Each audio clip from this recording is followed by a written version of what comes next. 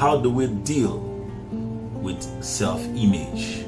Remember, when we talk about self-image, we're not really focusing on the positive self-image, because we know the real impact is on the negative self-image. And negative self-image can be very dangerous, can be very detrimental, can be of devastating effect on us as individuals. It can be of devastating effect to somebody's career. Most times self-image don't just affect you as an individual. It doesn't affect just the image of yourself. It doesn't affect just how you view yourself or how you think of yourself alone in itself. It affects how you do your job. It affects the kind of occupation. It affects how you relate. It affects the kind of environment you find yourself. Most times, if you have a negative self-image, you don't want to come out, you don't want to date, you don't want to be in a garden, you don't want to be involved in discussions, things that can be enlightening. How do we create positive self-image?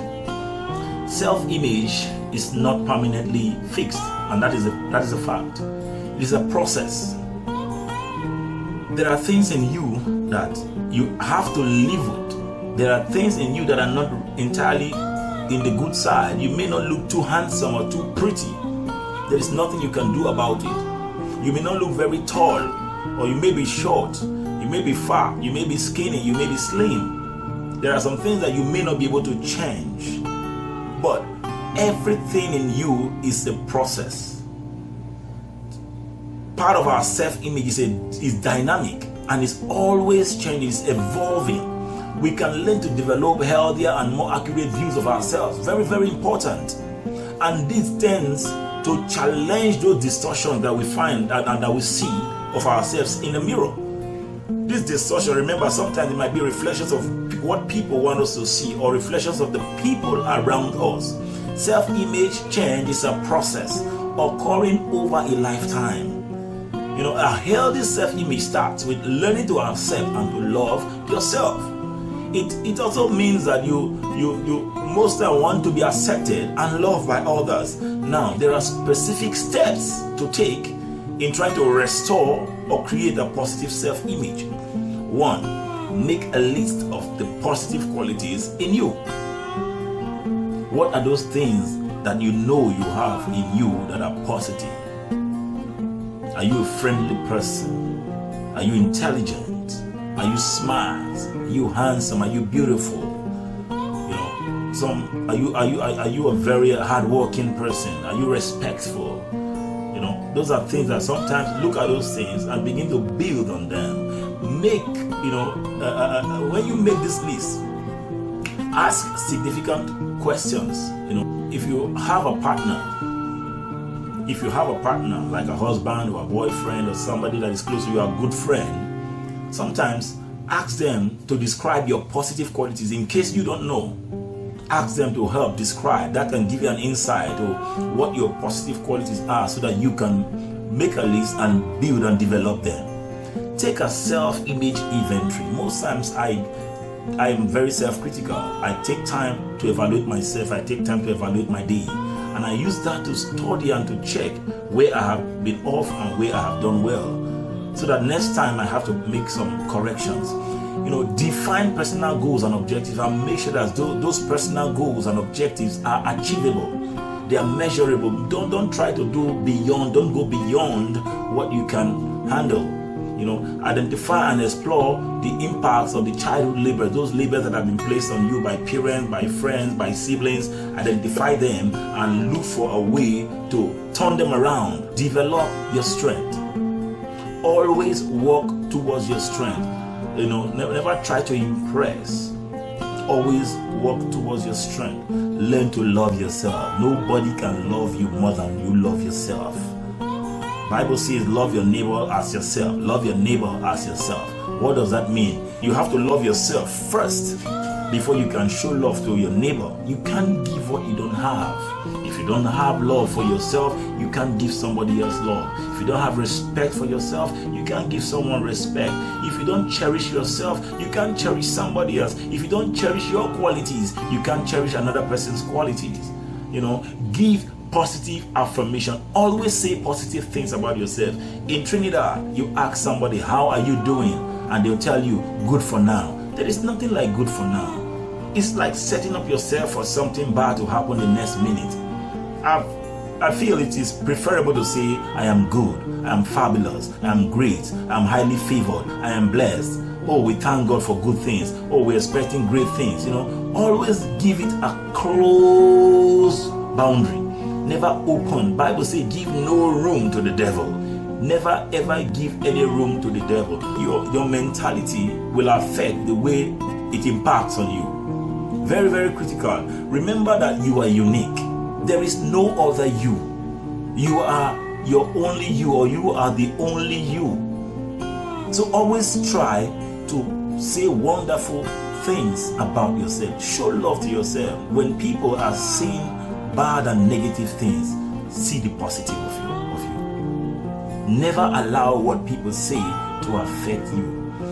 And most times, don't disregard what people say. Sometimes what people say about you can be true.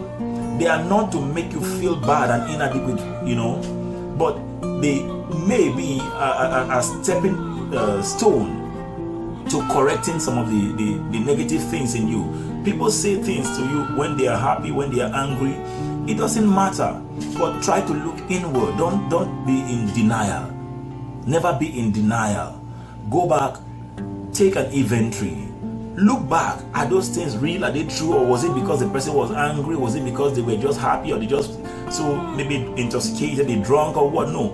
Take time to evaluate what people say about you, to you, or what you hear about what people say about you. It helps to fix the things that need fixing, and never ever dwell too much on the negatives. Look for a way to fix. You're too far. You feel that you can do something about it. Do something about it. I don't think the way people want you to be is always what you want to be. But if you feel that there is something in you that needs fixing, always take the step. Never go back and sulk and cry and withdraw yourself from the population just because you feel bad. It's never going to solve any problem. Remember how far you have come. Always remember how far you have come, and know that there is a goal, there's a target, there's a dream, there's a vision, there's an aspiration ahead. There's something that is in focus that you want to achieve, and let that be your focal point. Let that be your drive. Always look at who you are. Look at what God sees of you. You are fearfully and wonderfully made. You are marvelous in the eyes of God. You are the apple of God's eyes. If it said even the very hair of your head is numbered, if He can take time to number your hair and make you unique, do you know that you alone have your fingerprints? Do you know that nobody has your genes that is unique to you? Look at those things.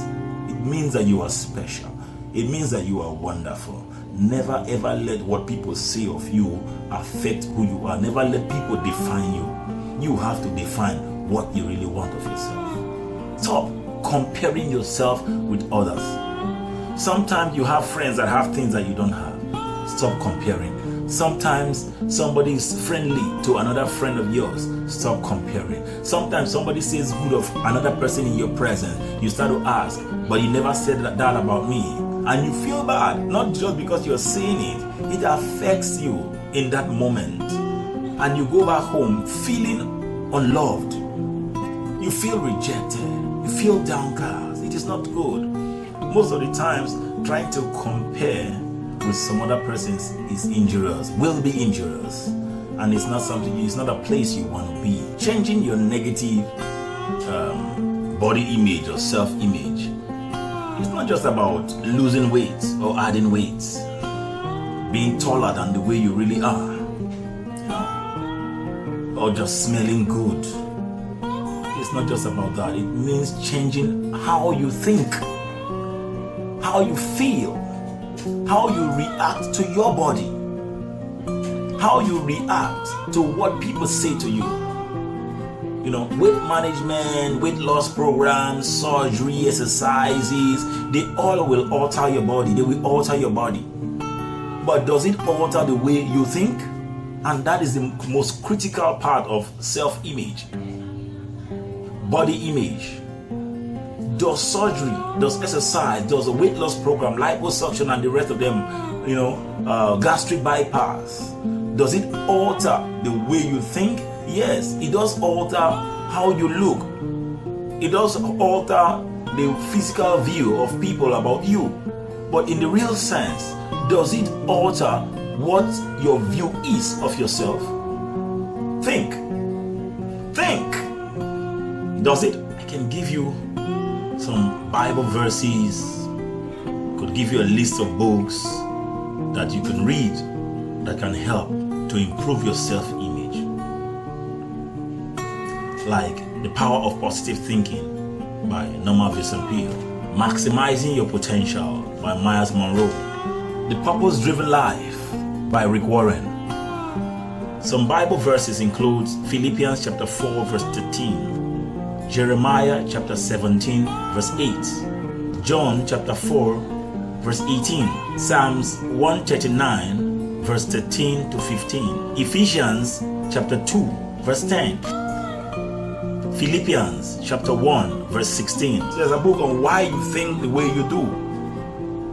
These are books that help you understand who you are, your strength, your weaknesses, and you go back and understand your weaknesses, and it helps you to change where you can change and develop where you can develop. Remember, the idea is to love yourself and work on your strength.